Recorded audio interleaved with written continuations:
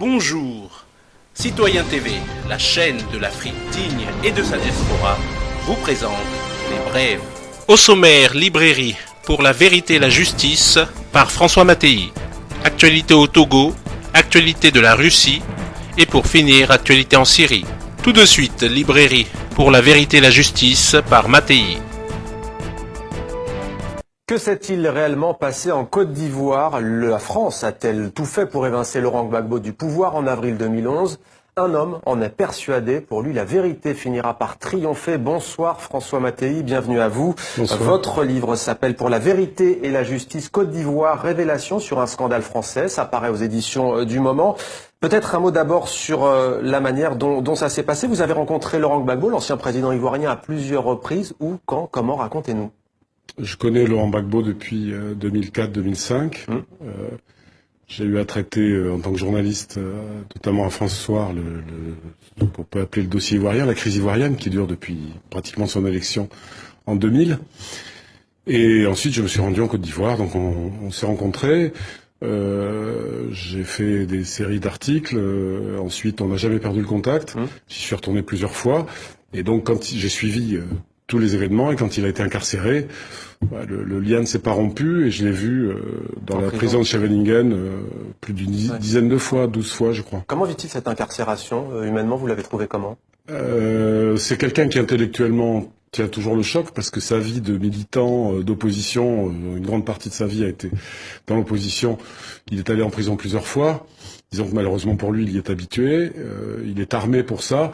Maintenant, évidemment que c'est pas très agréable, mais intellectuellement, il est combatif, et il veut, comme on le dit dans le livre, la vérité et la justice, c'est-à-dire la vérité des faits. Alors justement, avant d'aborder la vérité des faits, comme vous le dites, François Mattei, peut-être un mot sur cette polémique. Laurent Gbagbo lui-même aurait dit « Je ne suis pas le co-auteur de ce livre ». Il y a des passages qui sont que vous citez, des propos qui lui sont attribués. Il dit « Je ne suis pas le co-auteur de ce livre ». J'ai le sentiment qu'il est même en réédition aux éditions du Moment. Où en est-on aujourd'hui ? Non, vous savez, il y a évidemment une situation qui est un petit peu compliquée, puisqu'il se trouve, au moment où le livre a paru, pratiquement dans le même temps, dans la même période, il a été renvoyé en procès. Donc il a été décidé qu'il irait en procès devant la Cour pénale internationale pour crime contre l'humanité, ce qui n'est pas rien. Et donc on s'est trouvé devant une situation qui est particulière, qui est lourde. Je m'attendais pas à ce que ce soit simple. Et donc les conseils de Laurent Gbagbo, plutôt que lui-même évidemment, et la maison d'édition ont décidé d'un petit aménagement de couverture. Ce que je veux dire, c'est que le texte n'a pas été changé d'une virgule, d'un mot. Alors, revenons donc sur le fond, François Mattei. Pourquoi la France aurait-elle voulu le départ de Laurent Gbagbo de la présidence de la Côte d'Ivoire ? Alors écoutez, depuis très longtemps, on sait que la France n'est pas un témoin ou un arbitre en Afrique francophone. C'est un acteur de la vie politique, économique.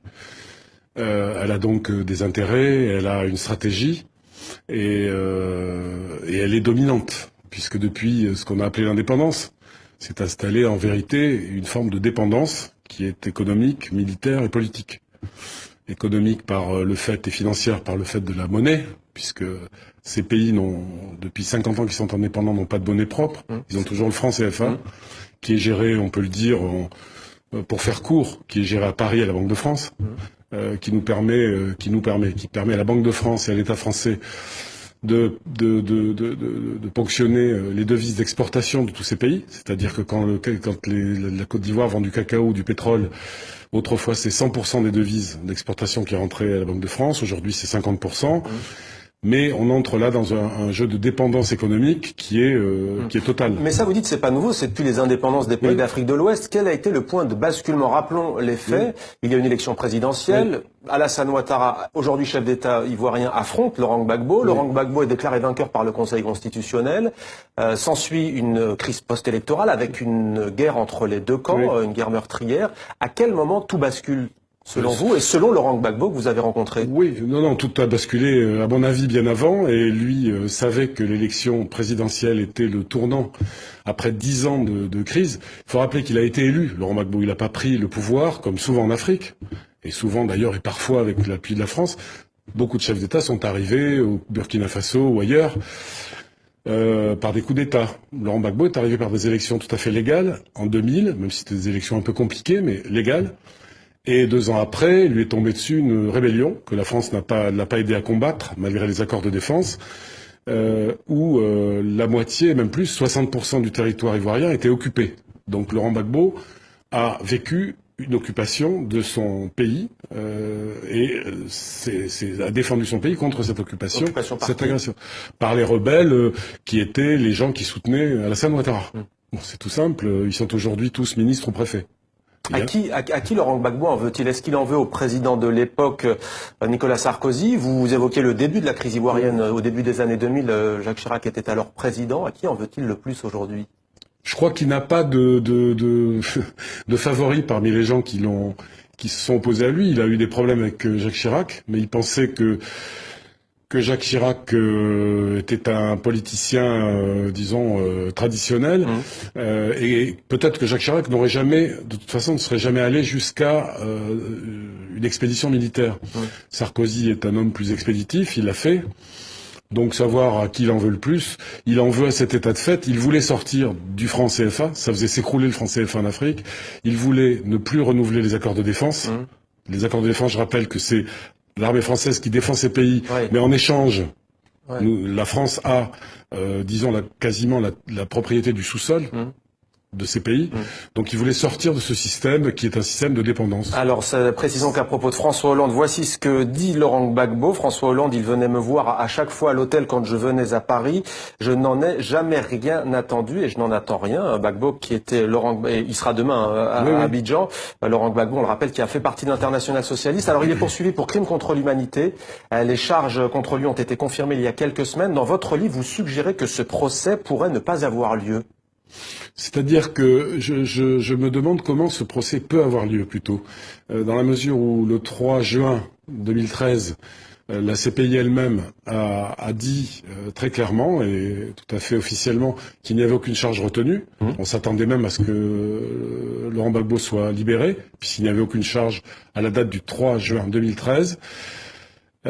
Quelques mois après, on a demandé à la procureure de recommencer son travail à zéro.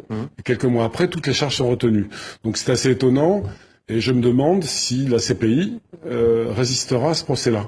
Donc je me demande comment ils vont sortir de cette impasse, qui est une impasse, à mon avis, beaucoup plus pour la CPI que pour Laurent Gbagbo. Et une dernière citation. Pourquoi en France préférez-vous Alassane Ouattara? Ai-je demandé un jour à un célèbre journaliste parisien. C'est Laurent Gbagbo qui parle. Réponse du journaliste: parce qu'il nous ressemble. Merci à vous d'avoir été l'invité de 64 minutes. François Mattei, je rappelle, pour la vérité et la justice, édition du moment sur la crise ivoirienne. Merci à vous. Tout de suite, actualité au Togo. Les groupes ont organisé des manifestations pacifiques avec des pancartes remplies de messages condamnant un problème qui tourmente l'Afrique depuis des années. Un récent rapport publié par l'ancien président sud-africain Thabo Mbeki a révélé les effets colossaux des mouvements de capitaux illicites. Rapport du groupe de haut niveau présidé par le chef d'État sud-africain Thabo Mbeki, qui révèle que le continent africain perdait tous les ans plus de 50 milliards de dollars. Le Mbeki Panel, commandé par l'Union africaine, a découvert que l'Afrique avait perdu 1000 milliards de dollars entre 1980 et 2008. L'argent a principalement été perdu dans des transactions commerciales avec des compagnies multinationales opérant dans le secteur de l'extraction comme le pétrole et le gaz. Les fuites de capitaux illégaux ont mis à mal les réserves de devises, aggravé l'inflation, réduit la collecte fiscale et élargi la disparité des revenus. Les pays comme le Togo, la Guinée équatoriale et le Libéria sont les plus affectés par cette tendance. Être fin aux flux financiers illicites qui sortent de l'Afrique pour un montant de 50 milliards de dollars américains, soit 25 000 milliards de francs CFA, et particulièrement pour le Togo, c'est 900 milliards de francs CFA qui sortent chaque année. Les groupes de défense des droits physiques ont souligné le besoin de faire pression sur leur gouvernement pour garantir une distribution équitable des ressources. Les chers frères de la société civile, camarades secrétaires généraux des centrales syndicales, tous les travailleurs réunis, nous devons être proactifs et constituer un front uni pour appuyer le gouvernement à faire rentrer plus de ressources La plupart des mouvements de capitaux illicites aujourd'hui sont facilités par près de 60 paradis fiscaux internationaux, des sociétés déguisées, des comptes fiduciaires anonymes, de fausses organisations caritatives, des techniques de blanchiment d'argent et des erreurs de tarification. Tout de suite, actualité de la Russie. Les frappes aériennes se poursuivent. Le ministère russe de la Défense a indiqué que ses avions avaient effectué 22 vols dans la nuit de mercredi à jeudi et visé 27 cibles de Daesh, dont des sites d'entraînement. La marine russe a également été mise à contribution, et ce pour la première fois mercredi. 4 bâtiments de guerre ont en effet tiré 26 missiles de croisière de la mer Caspienne.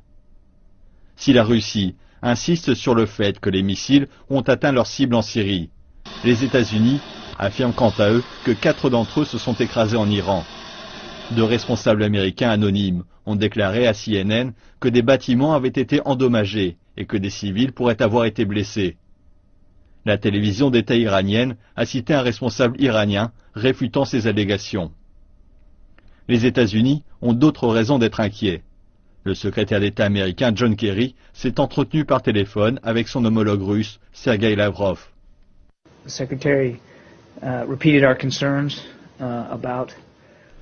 Le secrétaire a répété nos inquiétudes sur la prépondérance des cibles visées par les forces militaires russes qui ne sont pas liées à l'EI. Ils ont également parlé de l'importance d'avancer dans les discussions tactiques et le dialogue vers l'objectif de réconciliation, afin encore d'éviter les incidents et malentendus, en particulier dans les airs. Le secrétaire a également parlé de l'importance d'avancer vers une solution politique en Syrie. La Russie nie viser des civils et l'opposition syrienne. La porte-parole du ministère russe des Affaires étrangères a qualifié ces allégations de désinformation, en précisant qu'il existait de nombreux groupes d'opposition en Syrie et que ces groupes étaient souvent entrelacés. La porte-parole a défendu l'opération russe en Syrie en précisant que la coordination avec l'armée syrienne était nécessaire. Nous disons que nous avons au début effectué des vols à la requête du gouvernement syrien. Et ce qui est le plus important, nous coordonnons nos actions avec l'armée syrienne qui résiste à l'organisation État islamique sur le terrain. C'est un élément clé. Et nous disons que notre point de vue, les actions de la coalition américaine ne sont pas efficaces pour cette même raison, car il n'est pas possible de combattre l'organisation État islamique des airs. On ne peut combattre l'État islamique qu'en joignant nos forces avec ceux qui le combattent sur le terrain, et en Syrie, c'est sans conteste l'armée syrienne. Et de balayer du revers de la main toute opération au sol de l'armée russe en niant l'envoi de volontaires de Russie. Et pour finir, actualité en Syrie. Et alors les frappes russes se sont intensifiées ces dernières 48 heures, permettant d'ailleurs à l'artillerie syrienne d'avancer.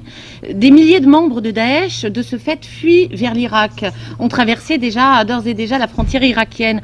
Quels sont vos pronostics, Président ? Ça, c'est une assez bonne nouvelle, mais ça prouve une chose, c'est que l'efficacité de l'armée russe a l'air très supérieure à celle des frappes américaines ou françaises, qui, j'ai l'impression, frappent dans le sable ou dans le désert. Puisque il est vrai que Poutine est fidèle à son allié. L'habitude chez les Occidentaux, c'est de trahir leurs alliés. Alors, comme ils l'ont fait pour Saddam Hussein, pour Kadhafi ou pour d'autres. Bon, parce qu'il n'est pas très étonnant de voir que les Russes ont des succès militaires impressionnants, quand on sait les tirs qui sont faits en particulier par la marine. Et c'est une démonstration que quand on veut faire la guerre, et qu'on ne fait pas seulement semblant, comme la France et les États-Unis le font, et l'Angleterre, s'il faut le dire, on peut gagner la guerre. Et eux, ils veulent gagner la guerre, et je pense qu'ils vont la gagner.